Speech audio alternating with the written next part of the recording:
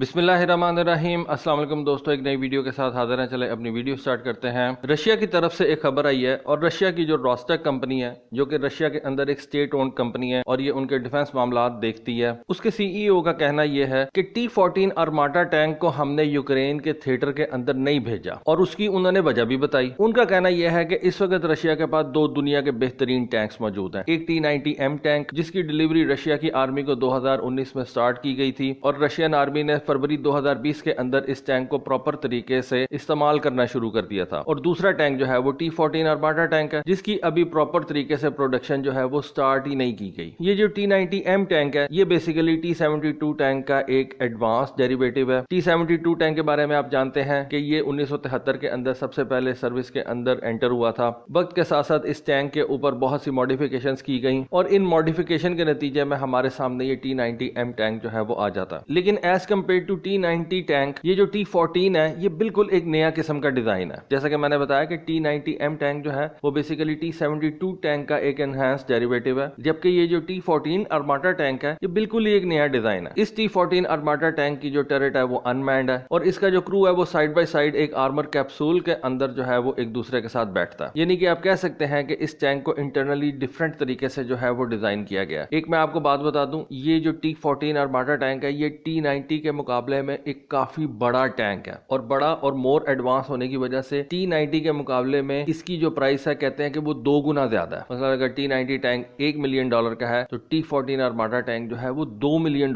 में आता है। तो एक तो ये भी वजह है कि ये एक महंगा टैंक है और इसको रशियन ने इस यूक्रेन की जंग के अंदर जो है वो नहीं भेजा। और उसके साथ साथ इस T-14 आर्माटा टैंक की जो ऑपरेशनल कॉस्ट है वो भी T-90 के मुकाबले में काफी ज्यादा है। और जो ये रोस्टेक कंपनी के सीईओ हैं, उनका कहना यह है कि T-90M टैंक को जंग में भेजना एक ज्यादा कॉस्ट इफेक्टिव अमल था। इससे आप ये भी अंदाजा लगा सकते हैं कि जंग के शुरू के अंदर ही रशियन ने यह फैसला कर लिया था कि वो इस यूक्रेन की जंग पे को बहुत ज्यादा पैसे नहीं खर्च करेंगे। लेकिन जंग जो है वो अपने तरीके से चलती है। आपका एडवर्सरी के लिए जो भी प्लान हो, एडवर्सरी का भी आपके लिए कोई ना कोई प्लान जरूर होता है और हमेशा जंग आपके मुताबिक नहीं चलती। तो एनीवे, रशियन ने ये डिसीजन लिया था कि इस जंग के ऊपर हमने को बहुत ज्यादा पैसे नहीं खर्च करने। लेकिन मेरा जाती ख्याल ये है कि रशियंस के पास इस वक्त T-14 आर्माटा टैंक्स जो है वो इतने ज्यादा नंबर्स में मौजूद ही नहीं है कि रशियंस उनको इस यूक्रेन की जंग में भेज सकते। देखें, एक अंदाजे के मुताबिक रशिया के तकरीबन 2000 टैंक यूक्रेनियंस ने तबाह किए हैं। 2000 टैंक जब आपके तबाह हो जाएं तो फिर इसका मतलब है कि आपको टैंक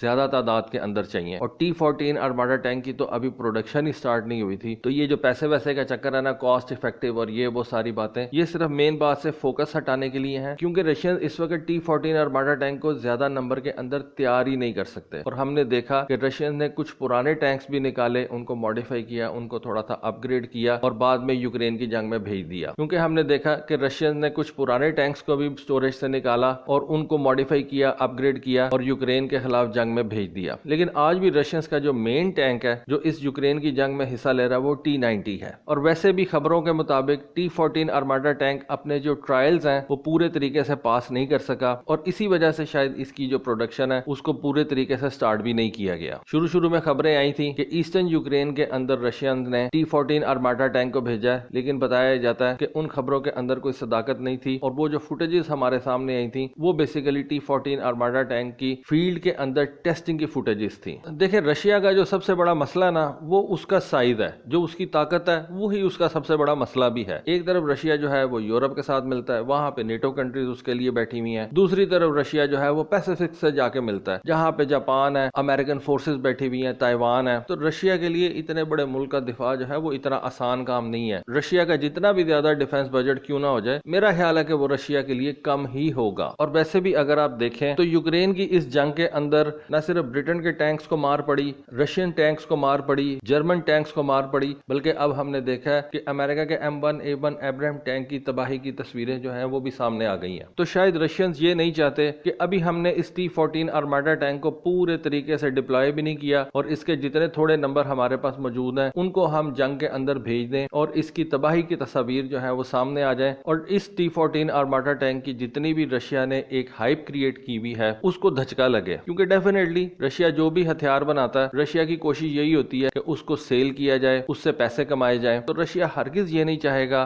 कि इस T-14 आर्माटा टैंक के छोटे से नंबर को यूक्रेन की जंग में झोंका जाए और बाद में इसकी रेपुटेशन जो है वहां पे जाके खराब हो जाए और आने वाले दिनों में جب رشیا اس ٹینک کو سیل کرنے جائے تو اس کے لیے مسائل کا سامنا ہو۔ تو دوستو یہ ایک T14 آرماڈا ٹینک کی اپڈیٹ تھی، سوچا آپ کے ساتھ شیئر کروں۔ ہوپ فلی آپ کو آج کی ویڈیو، آج کی انفارمیشن پسند آئی ہوگی۔ کامنٹ سیکشن میں اپنی رائے سے ضرور آگاہ کیجیے گا۔ آج کے لیے بس اتنا ہی۔ تھینک یو، اللہ حافظ۔